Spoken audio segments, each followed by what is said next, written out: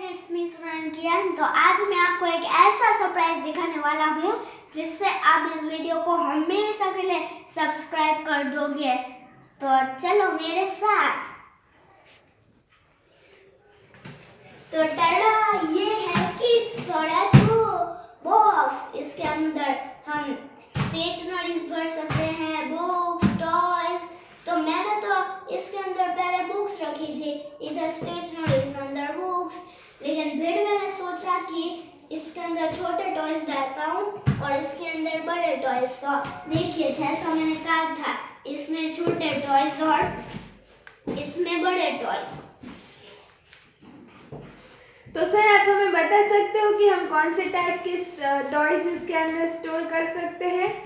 तो देखिए, आप कुछ ऐसे सॉफ्ट टॉयज और ऐसी गन्स तो आप इस अंदर ना डाल सकते हैं। फिर आपके दादा को ये ना चाहिए हो तो ये रख दो, और फिर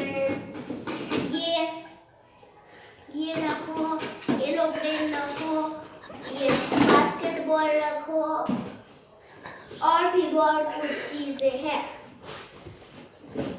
इसकी वेट कैपेसिटी कितनी होती है? ये ज्यादा वेट को टैकल कर सकता है?